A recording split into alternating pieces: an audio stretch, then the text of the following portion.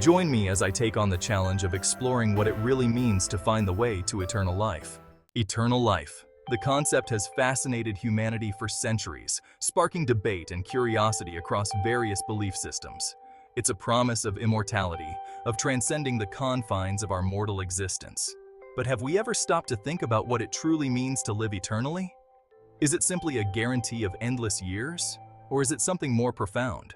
Many of us have been misled into believing that eternal life can be attained through good deeds, strict adherence to religious doctrine, or even a dash of good luck. We're told that if we follow a certain set of rules, attend the right church, or perform the right rituals, we'll be granted access to the pearly gates. But I'd like to challenge that notion. I believe that these misconceptions not only lead to confusion, but also create a sense of disconnection from our true spiritual purpose. We struggle to understand our spiritual journey because we're looking at it through the lens of fear, guilt, and shame. We're conditioned to believe that we're not good enough, that we need to earn our place in the afterlife.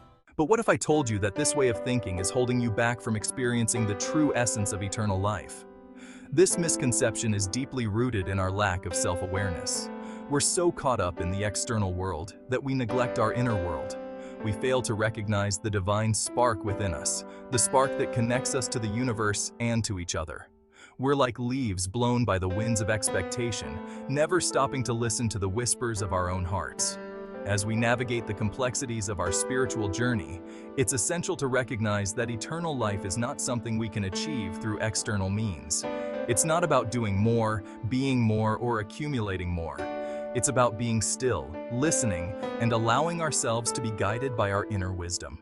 In the teachings of Jesus, I find solace in the simplicity and profundity of his message. He didn't promise a life of ease or a ticket to heaven. He promised eternal life. He showed us that the way to eternal life is through him, through the recognition of our own divinity, and through the embracing of our true nature. It's not about dogma or doctrine. It's about waking up to the reality of our existence. When I reflect on the essence of I am the way, I'm reminded of the transformative power of self-awareness. It's the pivotal moment when we shift our focus from the external to the internal, when we recognize that the answers we're searching for lie within us. It's the moment when we awaken to the realization that we're not broken, that we're not separate, and that we're not sinners in need of redemption. This understanding is not just a philosophical concept, it's a lived experience. It's the foundation upon which we can build a life of purpose, a life that's connected to the divine, and a life that's eternal in every sense of the word. In conclusion, the way to eternal life is not a mystery waiting to be unraveled. It's a reality waiting to be acknowledged. It's not a destination, it's a journey of self-discovery, of awakening to our true nature, and of embracing our divinity.